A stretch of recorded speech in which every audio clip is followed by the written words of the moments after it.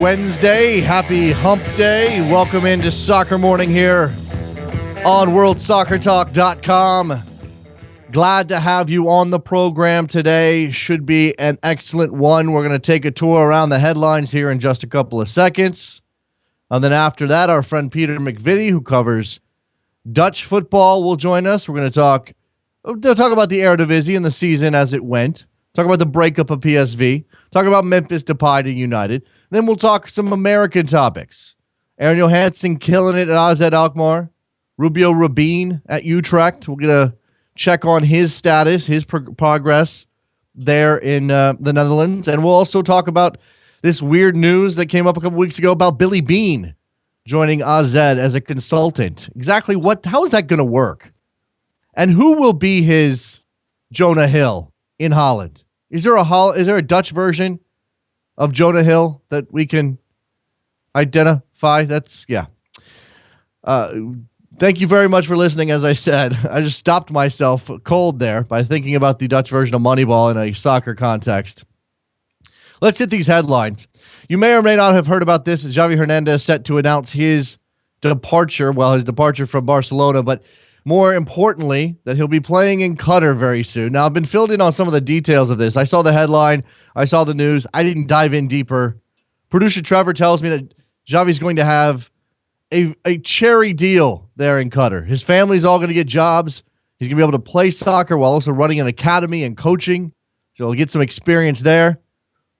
And I guess the question for us as American fans of a league that has a tendency to sign these older players on the backside of their careers who could still maybe get a job done in MLS and certainly would bring people through the door via their names is whether or not MLS missed out on this. Now, I don't think any MLS team is going to give Xavi Hernandez the deal that he got to go to Qatar. But it still seems like a little bit of a missed opportunity. Unless you're one of those people who says, please, no more players who are essentially retiring. If he's going to go and coach and do all these other things, and this sounds like more of a retirement situation. Maybe MLS was too much of a challenge for Xavi. We can put it that way, right? Maybe we'll just say it that way. Too much of a challenge for Xavi. MLS. Yeah, he's just not good enough anymore. Minnesota United has issued a statement regarding their efforts to get a stadium deal done in Minneapolis. They've had some snags here. Quote, unfortunately, the legislature during the regular legislative session, this is hard to say quickly, was unable to reach an agreement on a number of important issues, including a tax bill, or to consider our request for tax relief and economic development tools that have been used for every professional sports facility, as well as many major building projects throughout the state, said Minnesota United President Nick Rogers. Our belief that Major League Soccer is a fantastic economic and cultural opportunity for our region is confirmed by the outpouring of support for the soccer experience from current fans, the huge amateur soccer community throughout Minnesota, organizations representing business and community, blah, blah, blah. We feel our stadium proposal, which is unprecedented and involves no governmental funds for stadium construction, creates the basis for moving forward in a positive partnership with the community. Now, I think they're frustrated, obviously, in Minnesota. Frustrated that the legislature has refused to move forward on these things, despite the fact that, from their perspective, the deal looks very good for the state of Minnesota, for the city of Minneapolis. Now, imagine that some pressure from the city, if they're on board, and that's all indications are that they are, could move the state. But for the time being, this remains an unaccomplished task for MLS as they look to continue to expand. You go to Minnesota, you hold a big announcement, you shake Bill McGuire's hands, he gets up there, he thanks everybody, and here we are, stadium deal undone. And I continue to mention this because I think it's important to continue to mention it, in light of the funding gap in Orlando and the lack of a stadium for NYCFC. These things are not all going well for MLS these days. Tonight is the second round of the U.S. Open Cup 2015. We actually did have one game last night. I think Portland Timbers 2 may have won. I'll have to check on the status, the score of that game. But you have the rest of the second round games tonight, including Soccer Morning's adopted team, and everybody else is going to adopt them too, but that's okay. Harpo's FC out of Colorado, who take on the Colorado Springs Switchbacks in Colorado Springs tonight. This is the last truly amateur team. It's a pub team, for lack of a better description. It's a team put together by a brewing company, a microbrewing company out in Colorado. So they're your team. Lock in on Harpo's FC. Everybody's pulling for them, right? Absolutely. Sporting Kansas City versus New England tonight in MLS. So you get some midweek action there.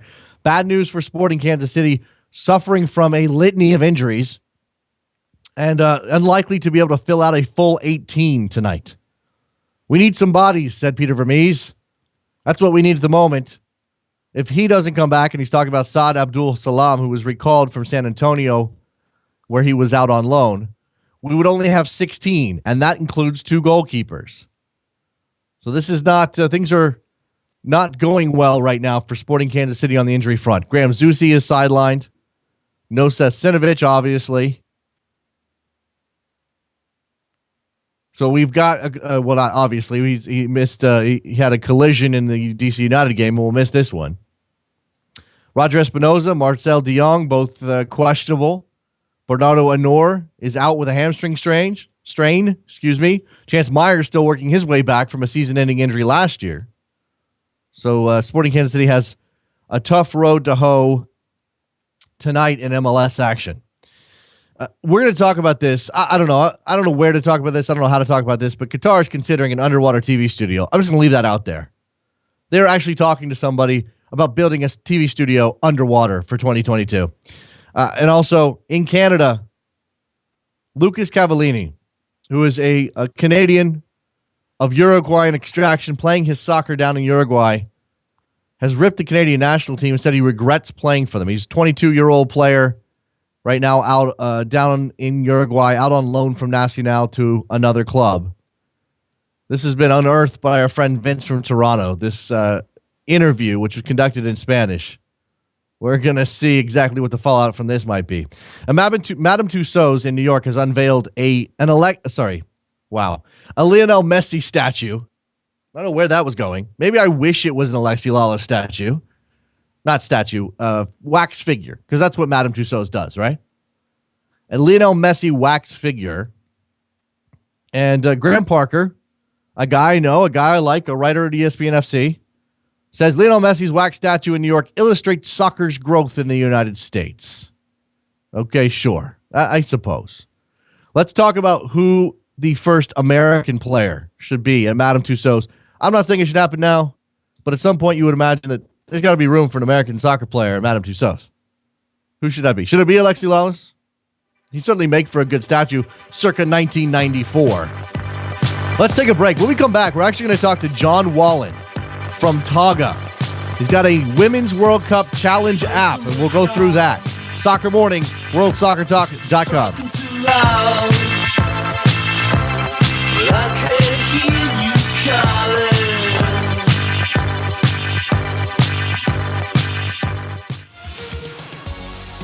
I'm Jason Davis, and I want to invite Soccer Morning listeners to join me this Friday for Columbus against Chicago.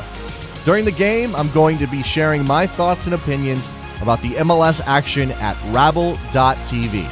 It's a brand new television experience that gives fans the ability to talk and banter about the beautiful game. You'll get a chance to hear my opinions about Crew SC and the Fire, as well as post questions to me via the live conversations thread. If you have an iPhone, that's great. You can use the Rabble app to hear me. Or you can go directly to the website at Rabble.tv. So come on, Soccer Morning listeners, mark your calendars for this Friday at 8 p.m. Eastern, and let's hang out together at Rabble.tv to talk Crew SC, Fire, and MLS. I look forward to seeing you there at Rabble.tv.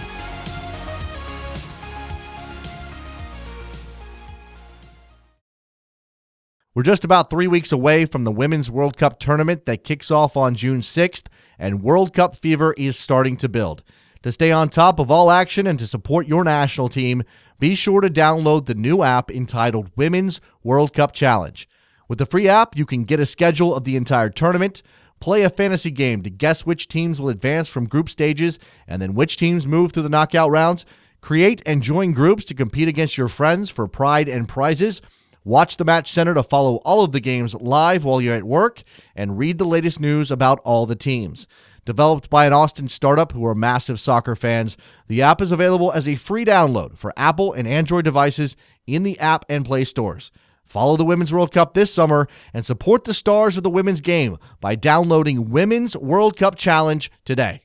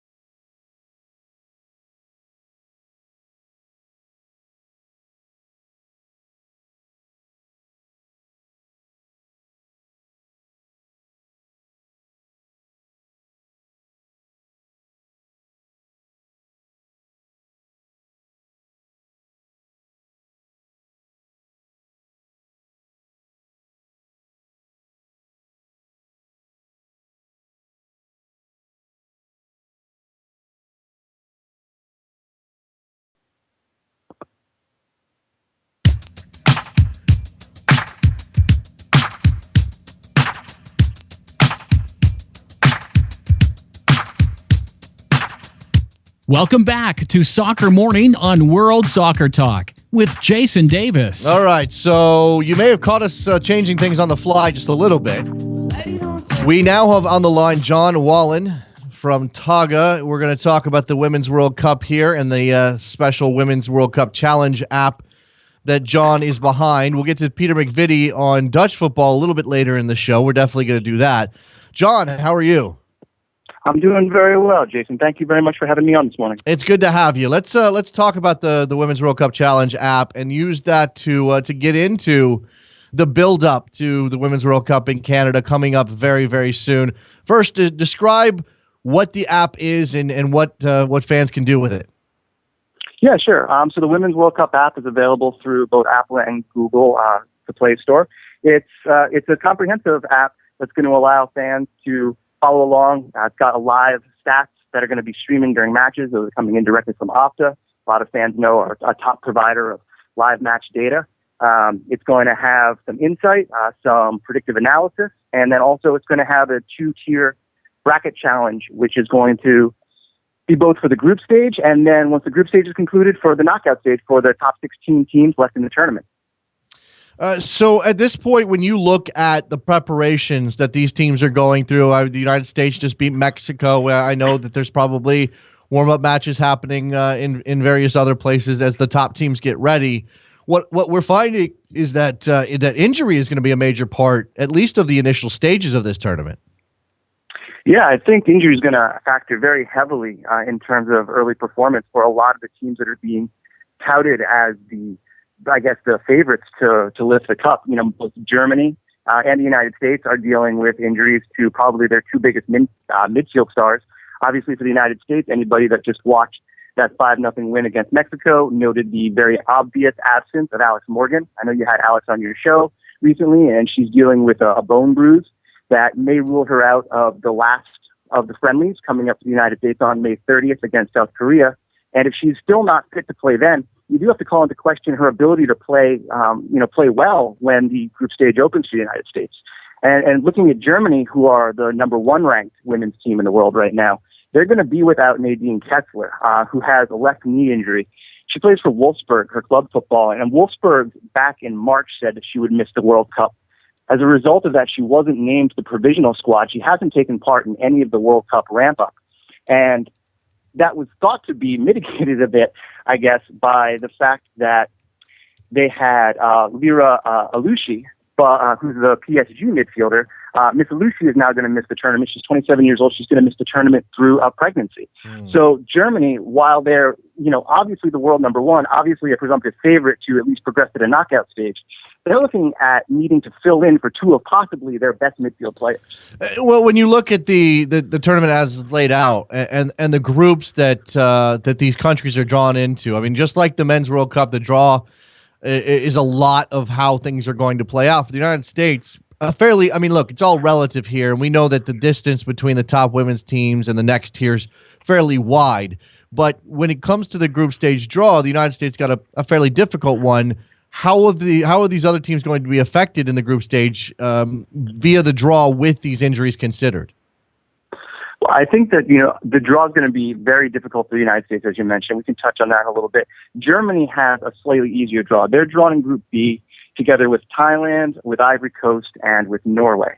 And both Ivory Coast and Thailand are beneficiaries of the fact that the Women's World Cup has expanded to 24 teams this year, the largest ever field for the Women's World Cup. You're seeing a lot of nations that maybe started a women's football program more recently in the 70s or in the 80s, sometimes even up into the early 90s, don't really have the infrastructure, the money, don't have the coaching infrastructure in place to ensure that they all deserve to be there. They've all qualified through their continental competitions. But when you look at somebody like Jill Ellis, who's now the manager, the head coach of the U.S. women's team, and she's somebody that is the former development director of the U.S. Soccer Federation. She's twice an interim coach. She's 48 years old. She's a lifetime football professional. When you have somebody like that at the helm of your nation, somebody who's been working with these players for a long time, is familiar with them from the time that they were in the U17s, the U21s, you're going to have a better opportunity to vet those skills. And that's going to translate very directly to the success of the bigger clubs in the group stage. So for Germany in Group B, Norway, very, very difficult draw. But even if they come out with a loss or a draw against Norway, Germany's going to move through. And they're going to record wins against, the Ivory Coast. They're going to record a win against Thailand. There's an element, as I said, you said the tournament's expanded to 24 teams. That's a good thing on one hand. It gives all of these new programs and these younger players and some of them who aren't even professionals, I would imagine, an experience at the top level. But at the same time, we're going to see some pretty crazy score lines in this tournament, are we not? We are absolutely going to see some very lopsided score lines. And anybody who's familiar with the Women's World Cup is familiar with lopsided score lines. We've seen 8-1. We've seen 7-0 in the past. And again, it is so important that the tournament expanded. It's so important that, as you mentioned, some of these semi-professional or collegiate players, frankly, some amateur players are able to come out. They're able to represent their country, and they're able to get that experience. Turning back to Group D, where the United States is, a lot of experience, is being had at the younger levels. And one of the reasons that the United States group is being considered the group of death isn't just because they are drawn with Sweden, who's number 5 in the world. It's not just because of Australia, who's number 10 in the world. It's because the 4th team in that group is Nigeria. Nigeria just won the African Women's Championship. That's how they qualified for the World Cup. They're the number 33 ranked team in the world. And last year in Canada hosted the U20 Women's World Cup. And Nigeria finished runners-up in that tournament. So getting that experience at a younger level, having that development path is very instrumental to this success. And personally, I'm very happy to see the tournament expanded. And, I think we can all live with a couple of 8-0 results. If 4 years from now, that means that there are 24 teams that are able to compete on very level footing. What do you feel as though that FIFA jumped the gun a little bit on 24 teams, or is this the right time to do that? There are certain people that are better positioned to answer that question than I am. And when I read them, when I listen to them, I think they all feel like that knife cuts both ways. Certainly, it's going to be an important World Cup, not only because of the expansion, also because it's occurring in Canada. The largest base for professional women's football is still the North American continent. When you look at, for example, the Mexican roster that the United States just played, a large number of those ladies play their professional football in the United States. Mexico doesn't have a professional league. So there is a huge focus on women's football here. I think expanding it to 24 teams when you have the largest audience captivated by the sport, it is the right time. Yeah, it's interesting. You mentioned Mexico. So much of what Mexico's program is dependent on dual internationals. And in the women's game, obviously the strength of the United States means that a lot of those women playing college, they're Americans, they're playing college soccer here, but they have Mexican heritage. The only opportunity they have to play international soccer is with Mexico. And that's a good thing. But on the other hand, it does shine a light on the fact that Mexico doesn't have an infrastructure for a lot of their native female players to come through. Is that the case? I mean, I don't expect you to be an expert on everybody's program, but I imagine that that's sort of the way things are for a lot of countries right now. Yeah, it's certainly true that you have essentially, the two big professional leagues. You have the reorganization of the Women's Super League in Europe and the Women's Super League 2, and you have the professional league here in the United States. When you look at, again, because we're expanding to 24 teams, because this is going to get such good regional coverage in the United States, it's going to be, broadcast on one of the major networks in England and in other countries in Europe. Because of that, you're going to get familiarity with a lot of women, a lot of setups that don't necessarily get that coverage, don't necessarily get that support all the time. And you're gonna hear stories at both ends of the spectrum as a result. Mexico's coach, Leonardo Cuellar, he's been their head coach of the national team for 14 years, for 15 years. He's been there for forever. And while that kind of stability is probably very good on a club level, as we've maybe seen with Manchester United or Arsenal in the Premier League, for an international setup, you have to almost wonder if that makes them a little bit stale, if it makes them a little bit reticent to change, to bring in new techniques, to bring in new training, and that maybe a shakeup predicated on poor results in an expanded World Cup will actually be really good for the women's game in a lot of these countries. Absolutely, and I don't want to get into the philosophical arguments and the sort of the state of the women's game from that level. I mean, we do have a tournament to talk about, and again, coming back to how fans can interact with this tournament. This is since the last time the United States hosted, and obviously we've taken massive steps forward, both in the women's game and in media and how we interact with each other via social media and the like. This will be the opportunity for fans to really, to pay attention, to get engaged, and I think the app is obviously a great way to do that. Yeah, thank you very much. When we looked around, and Target does do other fantasy soccer applications, most notably for the Premier League. When we looked around, we realized that the women's game was severely underserved, that there wasn't an app that was dedicated to women's soccer, and we wanted to engage our entire fan base. We do have a lot of women players that play Fantasy Premier League. Obviously, there is a huge population of North American women, European women that play the game themselves. And we are seeing, as you mentioned, a huge social media presence for those people. Whether it's, Alex Morgan having, 1.4 million followers on Twitter, whether it's, accounts like Soccer Girl Problems linking up with Kick TV to announce like the new Nike kits and getting to interview Tobin Heath and Sydney Leroux. I mean, there's a lot of really interesting, really awesome, and frankly, incredibly exciting stuff that's going on with women's football right now. And we just wanted to do our part. The app's going to be completely free. People are going to be able to compete in featured groups against Yael Averbuch, who's a U.S. women's national team player. She's not in the 23 this year, but former national team player of Mexico, the former captain, actually. Martin Gonzalez has a group. So awesome. We're really excited. Women's football seems to be really embracing us, and we're really happy to embrace it right now. You should know both of those people. Monica Gonzalez, obviously a TV presence, and then Yael Averbuch, who's actually a very good writer, by the way. John, let's turn into, and you mentioned Taga's got other stuff, and obviously the Premier League is I imagine that's the biggest in terms of driving fantasy interest. That's the biggest league in the world. It's the most visible. It's obviously on television in the States in a big way. We got 1 week left of the Premier League. When you look at the way this season has played out, is there anything that stands out to you as sort of not just from a fantasy perspective, but just from a soccer perspective that's interesting to you?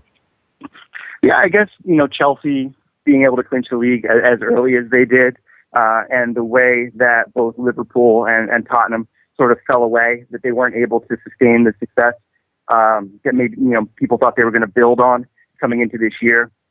And again, both following like prodigious buying programs last summer.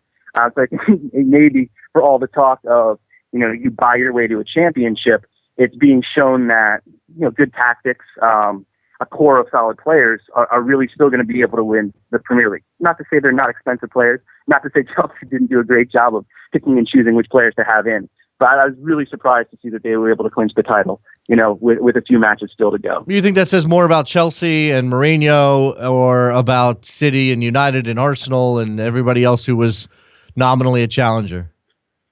Yeah, I think it speaks volumes about both, frankly. Chelsea have really changed the way, and not to delve too deep into, the economics of the game or the politics of having, an entire squad that's capable of challenging on four fronts domestically in cup competitions and in Europe, while also having out on loan, a team of players effectively that Chelsea had that probably could have done the same thing had they all been retained to play for their parent club. But I think the concern more is maybe the lack of consistency that you're seeing from the next generation of players that we're expecting to lead the Premier League. Now that Steven Gerrard is moving on to MLS, Frank Lampard moving on to MLS, you're seeing a lot of big name players, one team or one club or two club players moving either into being pundits, moving into United States, or just frankly moving into retirement. So for me, seeing 20-year-old Raheem Sterling in a Liverpool kit, Liverpool supporter, happy to see it, hope he stays, but at the same time, would really like to see a better set of consistent performances out of Henderson, out of Sterling, out of Coutinho than we really got, especially during the run-in. I just heard that at a ceremony for Liverpool award in the season awards, Raheem Sterling booed when given the Young Player of the Year award by Liverpool fans. So that doesn't seem like it's going in a good direction, John. No, it certainly doesn't. And it's kind of a slap in the face to a 20-year-old kid who's done nothing wrong. You can say that he talked out of school, or you can say that maybe he's not as committed to the shirt as he should be. But the reality is, 20 years old, his performance has been at an exceptional level. I think that very often in all sports, we fall into this trap where we look at the very best of the best and we look at what they achieved at the same age. And then we expect it for every other player that we want to hold to that standard. And you can't look at, Messi, you can't look at Ronaldo and then look at Sterling and say, yeah, but he's not doing what they did.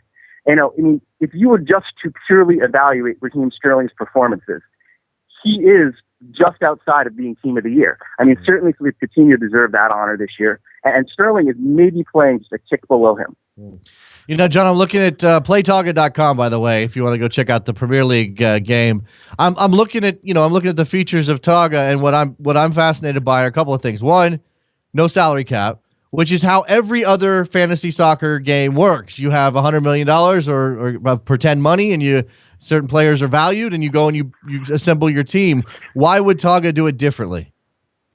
I think, again, we kind of looked at the market and we said, this isn't fun. If I want to have 4 players from Manchester City in my squad in a given week, I should be able to have 4 players. If I want to go out and assemble the Galacticos of the Premier League, I should be able to do that. And what we found once we tested the game a little bit was, if you go out and you assemble the Galacticos, you're not going to win our game. Not only do we play without a salary cap, not only do we play without squad limitations, but we actually value players very differently than most traditional salary cap games, which are, as you well know, Jason, they're goal heavy, they're assist heavy. Yep. In Toga, we also, we use, again, an Opta stream, and we're using stats like chances created, successful crosses. For defensive stats, we have interceptions, tackles won. So you're looking at a more complete picture. Players have a dynamic value that's constantly changing as the game evolves. And there are players, great example, Jason Punchy in this season, Dusan Tadic from Southampton, Kieran Trippier, the wingback from Burnley. These are players that are top 20 players in our format and aren't top 20 players in many other formats around the globe. That is interesting because you're right. Every other fantasy game is very goal dependent, as you said, assists, and when you have defenders on the field, it's clean sheets, which are obviously not always down to an individual performance. I think that's what you get most. I lose the thread on fantasy games, to be honest, John, because it just doesn't. It's not interesting to me to have a guy. Oh, how many goals did he score? That's all that matters. there are obviously other elements to this game. And so what we can never put together a fantasy game that's going to actively replicate coaching a real team or putting together a real team, but you've done something that is that is closer to that than anything else that's, again, dependent on goals or assists or clean sheets. Well, no, thank you very much for that. I mean, we work very hard every day to try and do that. One of the things we take pride in is we take consumer feedback. We take user feedback every single day. We're always there at support@playtarget.com. You can always find me on Twitter at FantasyGaffer. If you have a suggestion for how the game should be being played, please let us know. We're trying to integrate as much information as we can so that, listen, we're not going to replicate the experience of managing a club, as you said. But what we would like to do is make the game as fun as possible. We want a person who's maybe a Manchester City fan to be watching Sunderland Stoke and be as invested in that game as they are in watching the Manchester Derby. And I think we've come very close to that. You mentioned earlier that there are more games on. The Premier League getting to have a larger global audience, particularly in North America. And what we found is when NBC is showing multiple games, the number of people that are actively engaged in our game goes up. Mm-hmm. People are flipping channels. They're watching, multiple games, maybe picture in picture, or they're flipping through, and they want to immediately see, did I get that? Did I get that point for that chance created by Mesut Ozil?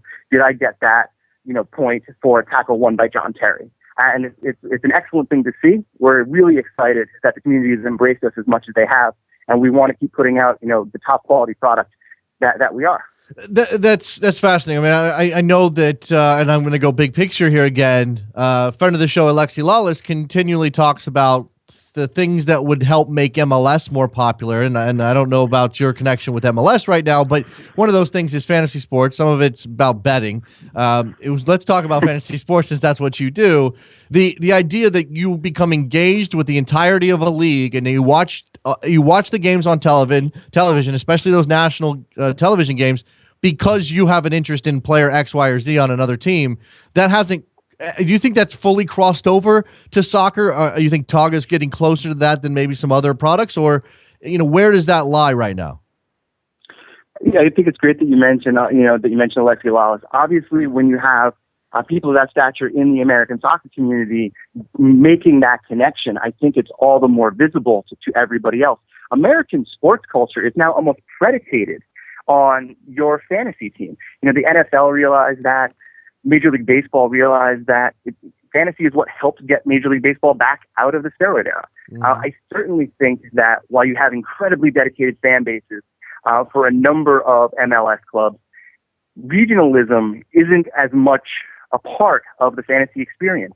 You can be, a diehard New England Revolution supporter, and you can care incredibly much about them winning the Supporters' Shield. And you can still be disappointed, when they keep your striker from getting on the score sheet. And I don't think that those two thoughts are incongruous. And I think that American sports fans, perhaps better than any other sports fans, where a lot of fantasy is predicated on gambling, and perhaps that's becoming the norm in America as well. But I think American sports fans truly understand you can support your club and you can support your fantasy club and come away feeling all the better for the experience. So again, sort of as we get ready to wrap this up, I mean, let's come back to the Women's World Cup, because obviously that's an event-based element to a fantasy game, which it's a month-long tournament. We're going to be able to interact with the tournament through the Women's World Cup Challenge app. The structure of it, how people can interact with each other, how does all of that work? Sure. So we just had an update done in the Apple Store. It's going to also be done in the Google Play Store shortly.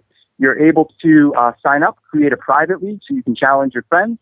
You're able to invite people to your private league via email, SMS, text message, Twitter, Facebook, any of those ways. You do get a referral bonus. We're offering Togga Design t-shirts.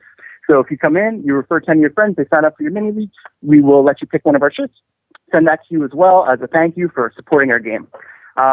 In terms of interacting with larger groups, as I mentioned, Yale Averbuck and Monica Gonzalez, Kick TV, soccer.com, those, they all have private leagues. They're all putting up prizes. Again, those are all free to enter. And players that sign up to play the Women's World Cup Challenge, can pick one of those groups, join one of those groups, and compete against one of those people. Okay, so what do you make of your chances, John? If there's one thing I've learned, Jason, is that the more time I spend trying to analyze it, it's the worse I do. So I've just come through 8 weeks of intently analyzing the Women's Champions League, all of the qualifying campaigns. So I anticipate that I'll get maybe 50% right. You know, that's interesting here. The element that you're analyzing these players in a club context, because for the women's game especially, we tend to, you know, the professional leagues kind of get pushed to the side. The international game is so important to the women's game. It's the highest profile, the highest level of the women's game, that I don't think that people really go back and look and say, okay, how did this player play at, PSG or wherever that might be? Or there's certainly English players who are playing, for Arsenal and the like. That stuff doesn't really get included very often. No, but it really should. And I'm hoping that the success of the recent Women's World Cup final is going to carry over, and especially with the European audience, to having this very, vibrant media coverage of women's football. I don't know if you were familiar with what happened, but just last week, Frankfurt won their fourth Women's Champions League final. They beat Paris Saint-Germain in the final. The final was won in the 90th minute, 2-1. It was a very engrossing game. It was a game that showed sublime skill. Celia Sesic, who was named player of the tournament, a German player, she's going to be on display at the Women's World Cup playing for Germany. A lot of other prominent women's stars. Veronica Busquets was playing in that match as well. She'll be playing in the Women's World Cup, and it will be a high-profile person that you'll probably come to know through a lot of media. It does feel almost like the United States before 1999, where there was this incredible, in the United States, movement behind their national team. And I'm starting to feel with the 2015 Canada tournament that multiple nations are behind their team, that we have 12 or 16 or 24 nations that are really coming together to help support the women's game. That'll be awesome. The Women's World Cup Challenge app, as John said, available in the iTunes and Google Play stores. John, anything else you want to share with us before I let you go? No, I just want to say I'm very happy to see you guys over at Sirius XM FC. It's been a wonderful start. I wish you guys all the best, and thank you very much for having me on today. It's John Wallen from Taga, playtaga.com for the fantasy games, and as I said, the app is available in your relevant store. John, thank you very much, and hopefully we'll be able to talk to you later on in the tournament. Thank you very much, Jason. Let's take a break. When we come back, let's talk Dutch football with Peter McVitie. We'll review some happenings in the league, some outgoing players, and the Americans there. It's Soccer Morning on WorldSoccerTalk.com. Be right back.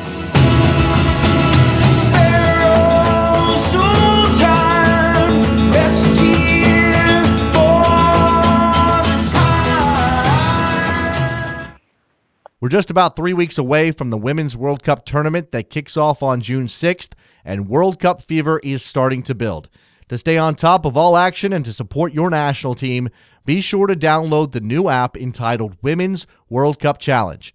With the free app, you can get a schedule of the entire tournament, play a fantasy game to guess which teams will advance from group stages and then which teams move through the knockout rounds, create and join groups to compete against your friends for pride and prizes, watch the Match Center to follow all of the games live while you're at work, and read the latest news about all the teams. Developed by an Austin startup who are massive soccer fans, the app is available as a free download for Apple and Android devices in the App and Play stores.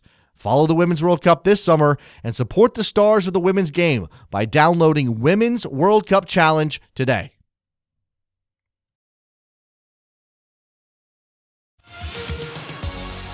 I'm Jason Davis, and I want to invite Soccer Morning listeners to join me this Friday for Columbus against Chicago. During the game, I'm going to be sharing my thoughts and opinions about the MLS action at Rabble.tv. It's a brand new television experience that gives fans the ability to talk and banter about the beautiful game. You'll get a chance to hear my opinions about Crew SC and the Fire, as well as post questions to me via the live conversations thread. If you have an iPhone, that's great. You can use the Rabble app to hear me. Or you can go directly to the website at Rabble.tv. So come on, Soccer Morning listeners, mark your calendars for this Friday at 8 p.m. Eastern. And let's hang out together at Rabble.tv to talk Crew SC, Fire, and MLS. I look forward to seeing you there at Rabble.tv.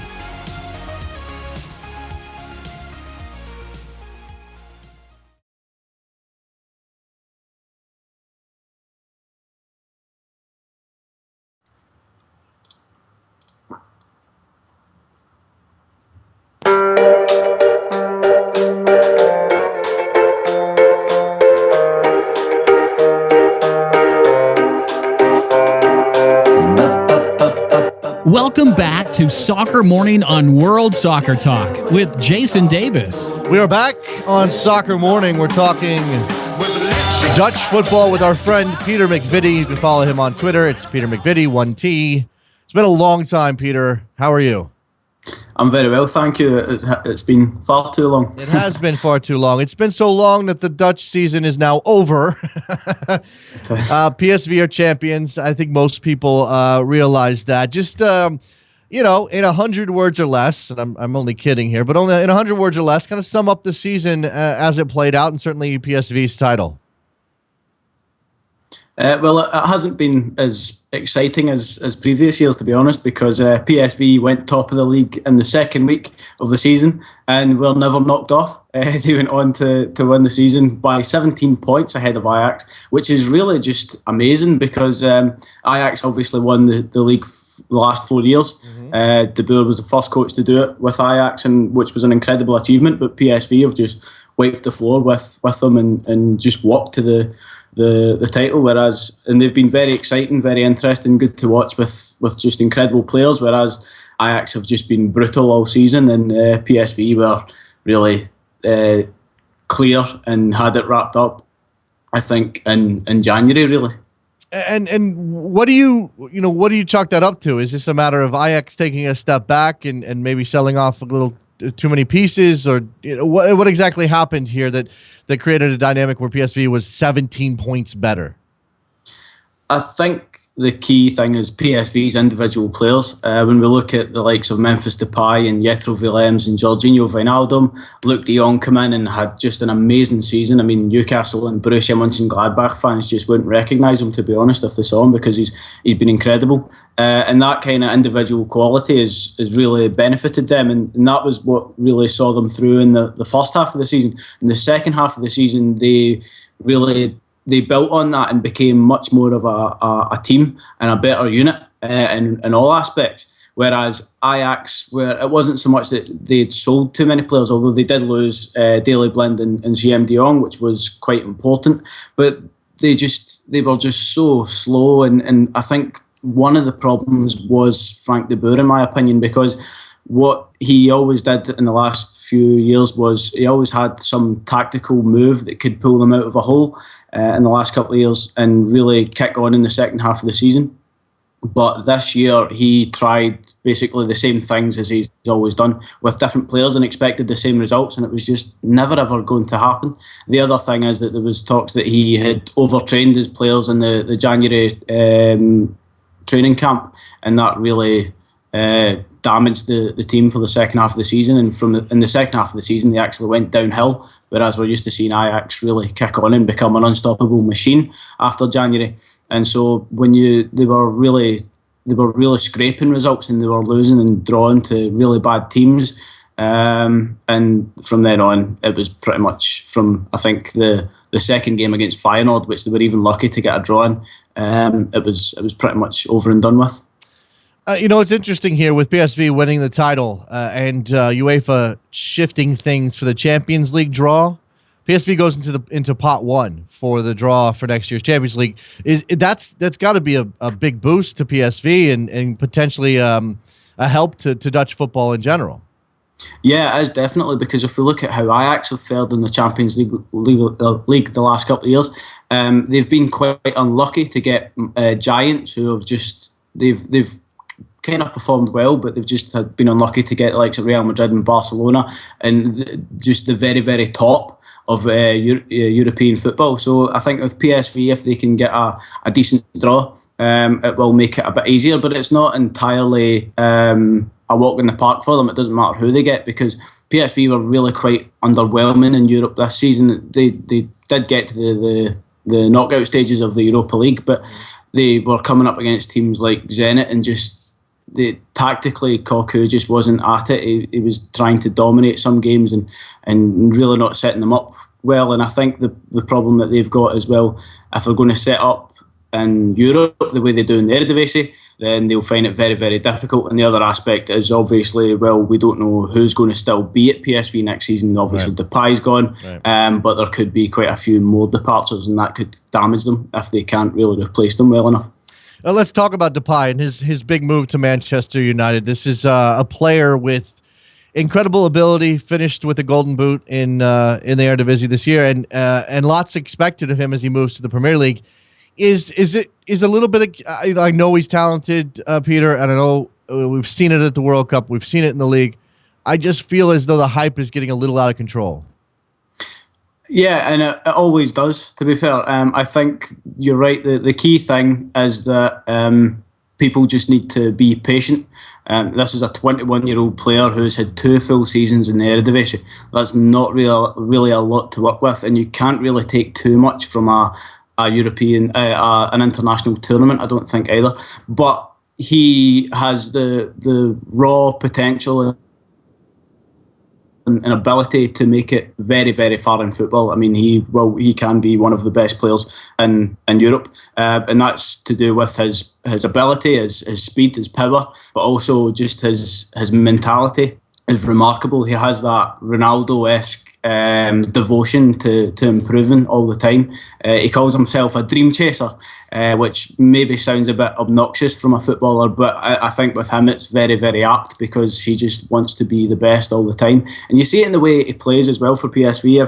If things aren't going well, he's the man who has to come back and retrieve the ball and go himself to try and make the difference, which does make him a bit of a frustrating player, but I think he'll learn over the next couple of years, and I think he will be a good player for Man United. But I just think people need to be patient and give him time to adapt to a new level and kind of make mistakes in a way. I think Van Gaal will give him the time to do that.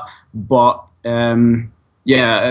if I think his ability and what he's got now will transfer over well to England, but it's not just going to be he's going to walk up to the Premier League and score over 20 goals like he did this season in the Eredivisie. Yeah. There has to be a bit of a transition there. But yeah, overall, I'm very excited about Memphis Depay and quite excited to see how he goes in this journey. How, from the Dutch perspective, was there any real doubt that it would end up being United based on the Louis van Gaal connection? And I'm not sure who else came up in for him with any real big numbers, but it always seemed like this was a foregone conclusion on some level. Yeah, well, Manchester United emerged as the number one candidate for him last season, but Tottenham were obviously interested in him, and Paris Saint-Germain actually made an offer in January. And when it was announced that Depay was going to Manchester United a couple of weeks ago, the technical director Marcel Brands actually said that 48 hours before the deal was struck with Manchester United, he would have said that Depay was going to Paris Saint-Germain. Which is quite interesting, really, because I think it would have been quite a bad decision for Depay. I just don't see that as being a good option for him to go to. So it's kind of worked out well for him that Manchester United got a bit scared when they heard that news and made the move for him. And I think that's going to be the better option. So obviously a lot on Memphis Depay's shoulder. He's got the amazing name, which just makes him incredibly marketable. I kind of wanted. Did he wear at PSV? Did he wear Depay on his jersey? They wear names on the back of their shirts. Yeah, Memphis. He always prefers to be called Memphis so instead of Depay because he doesn't have a good relationship with his dad. Fantastic. So he wore Memphis. I'm going to need to get something with Memphis on the back of it. That's just fantastic. Let's Peter, let's take a little bit of a left turn. Let's talk about AZ Alkmaar and a couple of things happening there. One of them is this interesting news, and I haven't had anybody really give me a good reason why this is happening. Billy Beane brought on as a consultant at AZ for, I suppose, Moneyball reasons. We know Billy Beane is a football fan. He's actually a Spurs supporter. He claims to be. What is AZ thinking here? What can he actually do for them? he seems to be brought on as an advisor, and it's quite an interesting move. And I think AZ is actually a very good club for him because they are quite progressive in terms of statistical analysis and how they have these resources for it.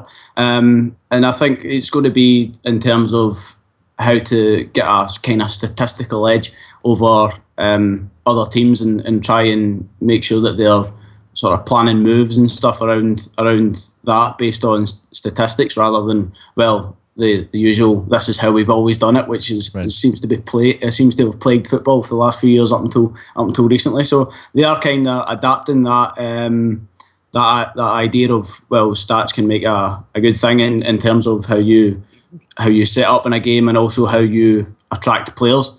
And that's going to be quite crucial in how they do that because they have a very good team, and the problem is that they're going to lose quite a few of them, I think, this season. They always do. So if they can kind of pick cheap options, because Dutch teams don't have any money, to replace those players based on statistics, then it will give them quite a big advantage. It seems as though he may be his consultancy may be based on implementing an approach rather than actually being the man crunching the numbers. Yeah, I think so. Yeah, but as I say, I think they do have quite a proactive approach in terms of statistics as well. So it's going to be quite an interesting way of really combining the two, every side of the club into getting the best out of the numbers that are available for them. Because, I mean, you see in statistical analysis in football, it's really taken massive steps forward. And, well, what he did in baseball is absolutely remarkable. So as a football fan, it's kind of the perfect match, I think, for him. Peter, the other thing happening in AZ Alkmaar that's of interest to Americans is the play of Aron Johansson. Now, we just had Josie Altidore, who you know very well from his time there, go down with a hamstring injury for Toronto FC, which makes Johansson's form all the more crucial as the U.S. approaches a busy summer. He's been in great form. Talk about Johansson, his progress, his development there since his move from Denmark. Yeah, he's been sublime.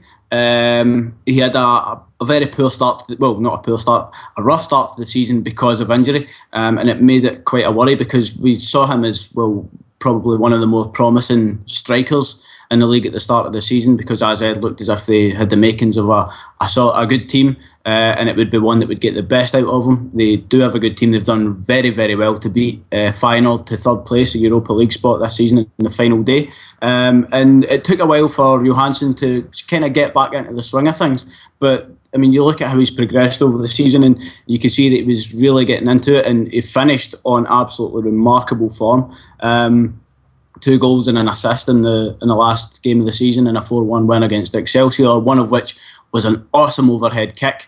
The week before that, he scored a 35-yard beast of a goal against NAC Breda in a 3-2 win.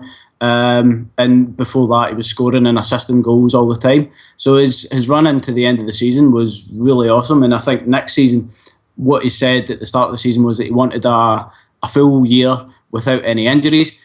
He needs that. If he can do that next season and really kick on and have a full season and be consistent, then, well, it's going to be a massive year for him, and then we'll see where he can go from then. But so far, he's been very impressive. His touch and his technique is good. His movement is very good, and his finishing ability is improving all the time. So it's really an all-round promising striker. American strikers go to AZ and perform. It just seems to happen. Yeah, as you said, with the injuries, obviously that's limited him. And you just got done talking about how it's going to be it's tough for AZ to hold on to players, for Dutch teams in general, but certainly AZ specifically with their budget. He's a player that they're going to hold on to, but you imagine with one more good season, he could kick on to a bigger league somewhere.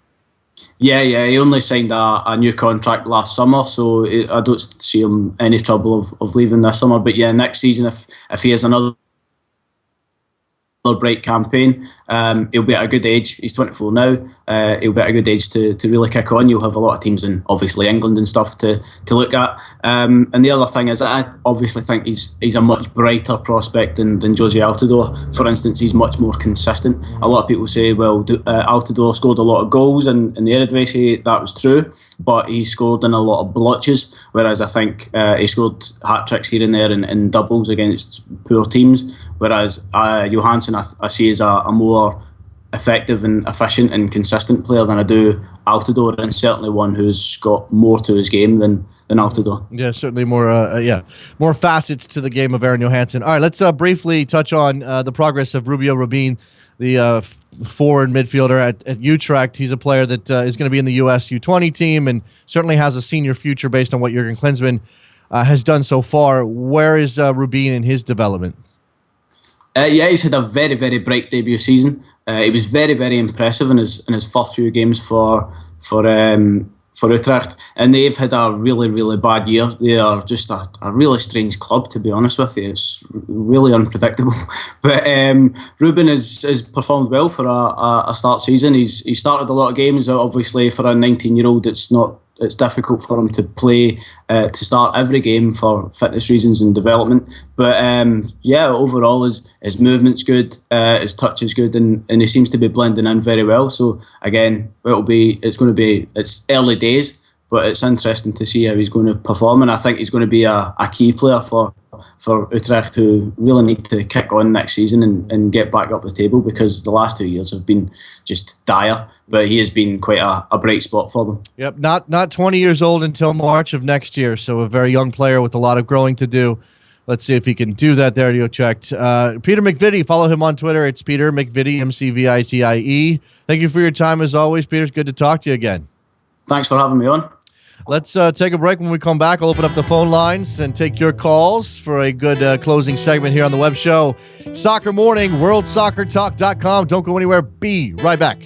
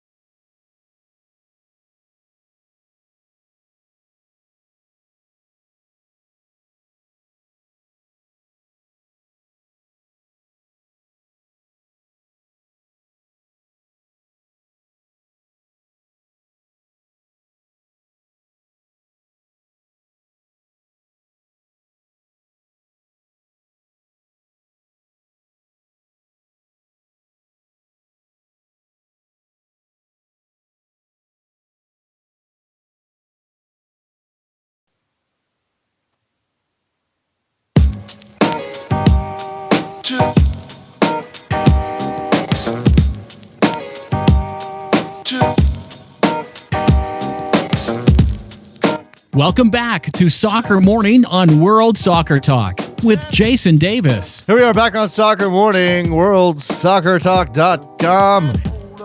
Taking your phone calls.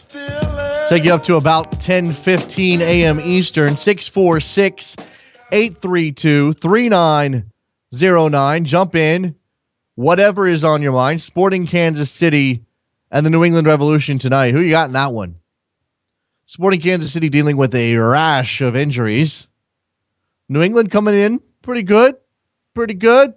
Going to draw on the weekend against TFC. Now they go to the middle of the country for a game against Sporting. We'll have to see exactly who Sporting puts out there, whether or not they can play the pressure that they're used to, because you certainly want to pressure New England. Certainly want to take them off the ball, give them an opportunity to sit on the ball and string some passes together. That's trouble waiting to happen. Very much so. And speaking of this, we just got done talking about Aaron Johansson with Peter McVitie. Good conversation there. All signs point to great things in the future for 24-year-old Aaron Johansson. He hasn't really had a chance to work his way into the U.S. national team fully. I expect that to be the summer. And he's got a chance now with a couple of friendlies coming up. And Josie Outdoor ruled out of those friendlies due to that hamstring pull. To make his name, to make his mark, to become a lead character in this saga. Whether or not he's the lead character in the Gold Cup team, that's a different question, probably dependent on Josie Outdoor's health. But Johansson looks good. And I imagine that most of you think that Johansson's the guy to step in. That's got to be who you point to. He's the guy on form. He's a young player with a lot of potential. He gets you excited. Get you excited, that guy does. Aaron Johansson. The Icelandic Alabamian. Or is it Alabaman? I lived there for a while. Alabamian? It's got to be Alabamian, right? Alabama should be claiming Aaron Johansson right now. You should drive into the state of Alabama on whatever major thoroughfare goes through the state. They should have a sign that says home or birthplace, not home, birthplace of the U.S. national team's Aaron Johansson. That's what it should say. Let's go to Pierce in Atlanta. What's up, my friend? Hey, what's going on? I actually wanted to just ask, everyone watched the press conference and heard about LAFC, but I also keep seeing these points about we might choose our colors or we'll pick a name, and that LAFC might be a placeholder. And I don't know why they would do that or why they would change it, because they're branding themselves as LAFC and using black and red for like 2 years. Why do you think they would change it? I think they just wanted to give themselves some flexibility, but I think they're ultimately going to stick with it. I think that all the signs out of LA point to the fact that they'll probably just stick with what they've got already, Pierce. And they are positioning themselves as black and red and as LAFC. I think they like the simplicity of LAFC, and I think they like black and red because it's not unique to MLS, but it's certainly bold.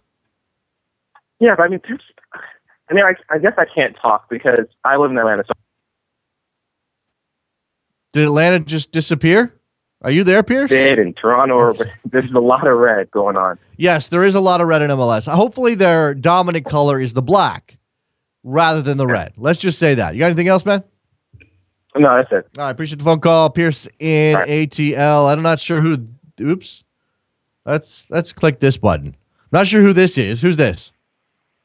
It's Hal Hershman, big fan. What's up? Which DP hack do you believe about the New York Red Bulls? Are they going to get the two who we've been speaking about, or are they going to get a different DP? You have to. You said the Red Bulls, right? That's what you said. Yes. And you said who do they get? Yeah, because there's been rumors of the two DP hypes. Oh, right. Well, I mean, I'm seeing stories that say that KBP might be going back to Milan. So I don't know if that's going to happen.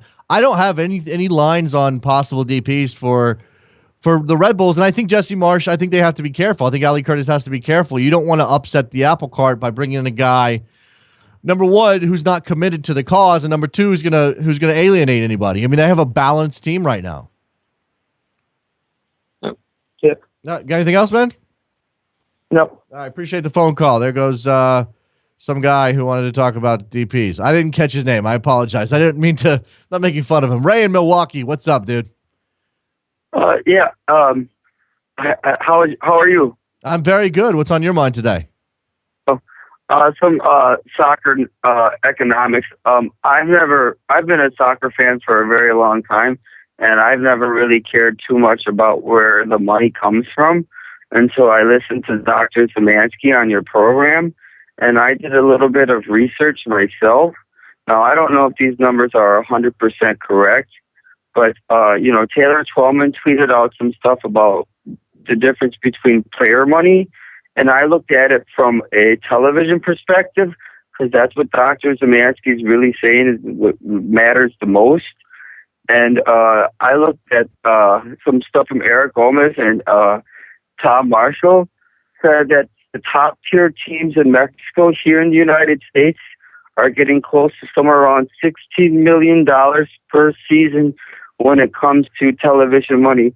And they're allotted to farm out their television rights individually here and in Mexico.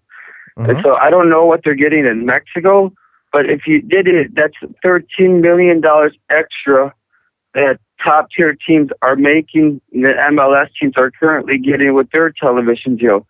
And $13 million doesn't look like a lot of money in the big picture, or you can close the gap. But if you actually crunch the numbers, the television deal would have to be $2 billion if you look at it from an 8-year time frame.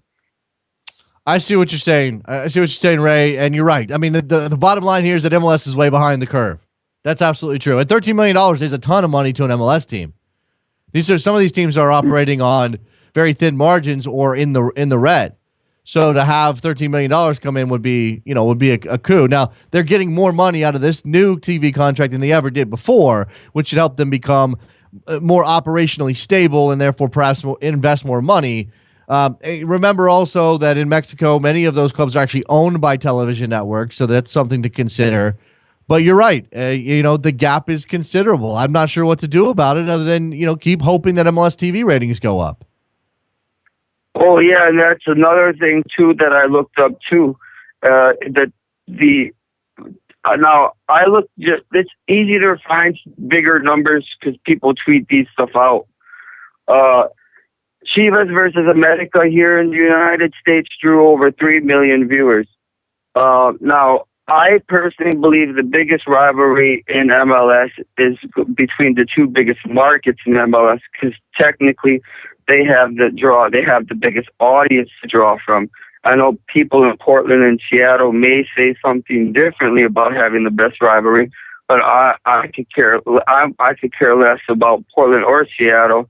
And I think New York and LA they're the big money makers in every sport. So their television rating, they just had a game. New York versus LA just had a game like last month, right? And their television ratings was only about 300,000. Yeah, I don't think that's actually the biggest draw. I think Portland and Seattle is still the biggest draw because of the atmospheres. But I get your point, Red. I don't know what to say other than MLS is way behind, and MLS needs to grow, and MLS needs to find a way to attract all of those people who are watching Liga MX, get them to also watch MLS, or to some of them to defect, I guess. I don't know. I mean, there's a reason. There's a reason that so many people watch Liga MX, because it's a quality league. It's got good players, and there is a cultural connection for millions of Americans. Right. I would agree with that. Look, I watched both leagues. I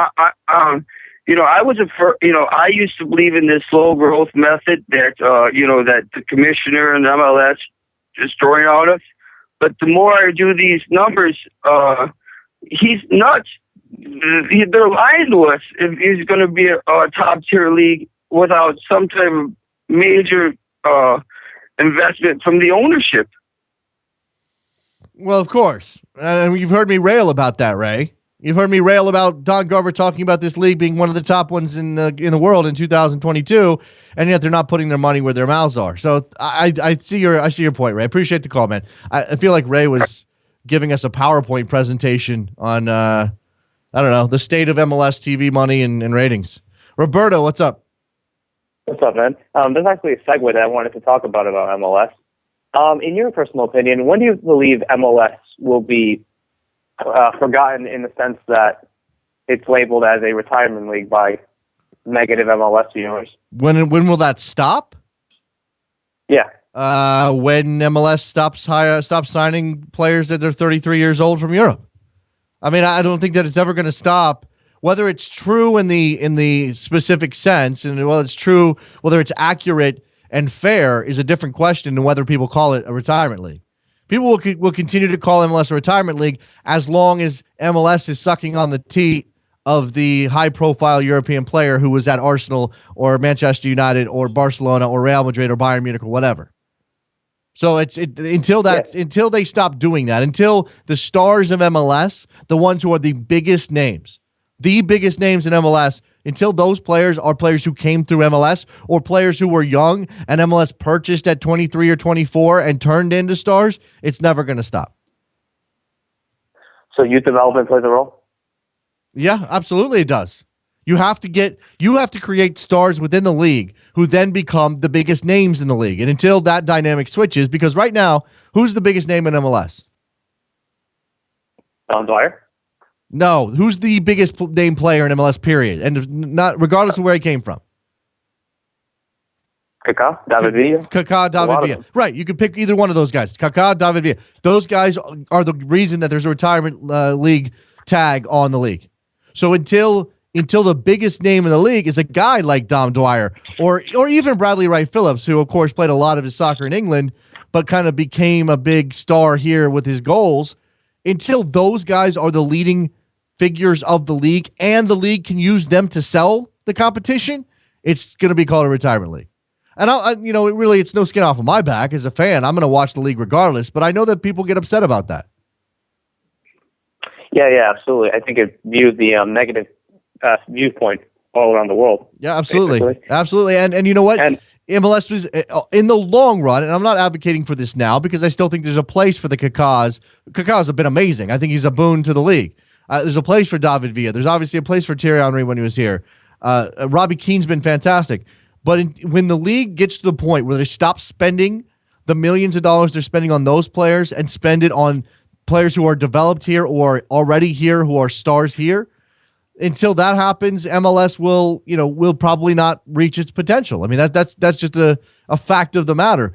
We're going through a transitional phase here where MLS is both trying to be a quality league from the bottom to the middle and to the upper echelons of its talent, but then also tacking on these big names to try to steal some extra publicity.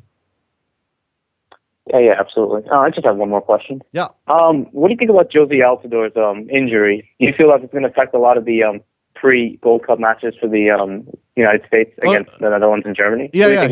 He's already out of those games. He's eliminated from consideration for those games. I think you're going to see, obviously, Aaron Johansson's going to get a shot. I mean, this is going to require Klinsmann to juggle things with his lineup. I think that's the biggest question right now is what he decides to do with the formation, if he's going to end up playing guys like Aaron Johansson, or whether he pushes Clint Dempsey up top, or even young players like Rubio Rubin, who I don't expect to be in that team because he's with the U20s. But when you get to the Gold Cup and you have limited options, I mean, let's look around MLS. Gyasi Zardes, what kind of player is he for Jurgen Klinsmann?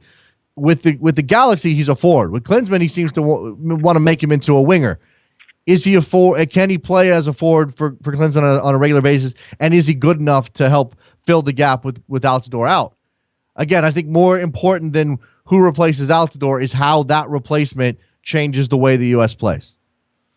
Yeah, of course, especially against these big teams that we're playing against. Yeah, against the Netherlands and Germany, absolutely. You're going to need to put your best foot forward to have even a shot of it. And maybe it's better to have a guy who's better in possession, who can create his own shot, who can who can also play provider as well as striker. And Aaron Johansson's got a good skill set. Well, hopefully we'll see it on display here. Yeah, absolutely. I agree 100%. All right, man. Appreciate the phone call.